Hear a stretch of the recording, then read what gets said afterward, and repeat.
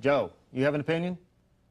Hello. Hello there. You're in Arkansas, right? Yeah, listen, I know the Purina beneficial dog food makes my old Labrador get fat as can get easy, so I'm sure that the fish food is going to do a good job, too. Make your fish bark. But I want to ask you a different question, and Ray Scott could probably help answer this, too.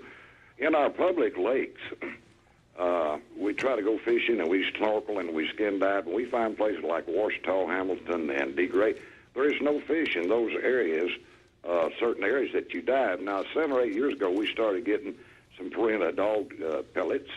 We tried some corn and this stuff and putting it in burlap bags, about 4 or 5 pounds, and placing it in different parts of the lakes. It has helped to some degree, but we can't attract fish to these areas. You think it's the oxygen level that's in these different areas of the lake where we don't find any fish? Beats the heck out of me. That's my answer. I think you make a field trip and you go down there and check for them. Well, I tell you what, it's an interesting question, and I know that I can't certainly explain why fish are in one area and not in another. Bob, you'd be the guy to deal with that. If you let Bob's a lot smarter than I am. He does a Pond Boss magazine. He knows everything. Yeah. Well, Joe, it's not oxygen. It's not the oxygen. It's not oxygen. Well, one thing you was talking about the fish food that you've got. I'm going to buy some here very shortly, and I'm going to place some in different parts of the lakes, and then we're going to skin dive and see if it works any. But we do need some help in some of our public lakes, and I know you've been discussing ponds, which I've got a couple of friends got ponds, and one of them out at close to Lonsdale is using some of your systems now, and it's working in his. So if we can make it work in there, we might be able to make it work in our public lakes. Here's one thing I want you to think about, Joe. Everything underwater starts with habitat. If you don't have habitat for those fish that you want, they're not going to come. The second thing is food. If they don't have the food, they're not going to come. You can have the habitat and not have the food, and they won't come. So you got to have habitat first, then you got to have the food second. And when you put those two things together, that blends into a formula that's going to attract fish. So you can chum for the fish like you're talking about and bring them into that food, but once that food's gone, they're going to evacuate and go right back where they are now. You know, part of the thing is there are fish there. Had an old timer, Ray, when I was 14 years old, when I started to see I had a passion for messing with fish. He said, he was talking about the Brazos River. He said, son, he says, 90% of the fish live in 10% of this river, and if you can figure out which 10% that is, you won't have to be a good fisherman. You're going to catch fish. And I'm going to tell you, after 29 years of messing with fish, playing with ponds, 90% of the fish live in about 10% of that water. You know, and the areas they don't live in, there's a reason for it. There you go. See, only took you 20 years to figure that out. 29. Yeah. I wasn't going to say that. Thank you Mark, very I much. bet you had something to chime in on there, didn't you?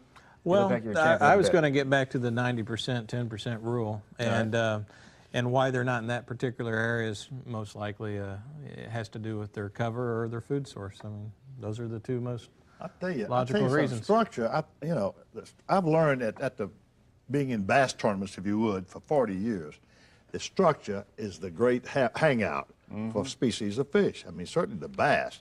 He'll lay there. He's a predator. He lays there like a fat guy, just looking up, looking at the surface, hiding in a thick thicket. And he's lazy. He's pot-bellied. He can't move very fast. And he wants to make it as easy as he can. And when an old dumb bluegill comes swinking on by, boom, he whacks him. And that's the way he operates. He is a very efficient feeder. Oh yeah, the largemouth is a classic ambush predator. And that means it's sitting there, and it has to have cover so it can be hidden. Oh, man. And then it lunges, makes one lunge out to capture its prey, and that's an ambush predator, the definition of it. That's right. And you know, the other thing I'm going to mention, and that's a good point. You know, that bass is down in that bush looking up, kind of maybe 3 or 4 feet down and hunkered down in this bush. He's lazy, and he's a territorial critter. I don't know of another species that we know about in this country, certainly, that when that bass decides to hide behind this head of mine, he gets down there and he will not allow other fish to come in. That's his territory. He's sort of staked out a claim. And that's the way you catch him. You put a lure, if this is a surface, you put the lure there and just, and he's looking up at it. And the first cast, maybe he says, well, he'll leave and go, put it back. And sometimes I've seen it happen. You have too, Bob, and you as well. 4, 5, 6 casts the same spot, and finally he can't stand it. Like the woman just finally blows up, and kaboom!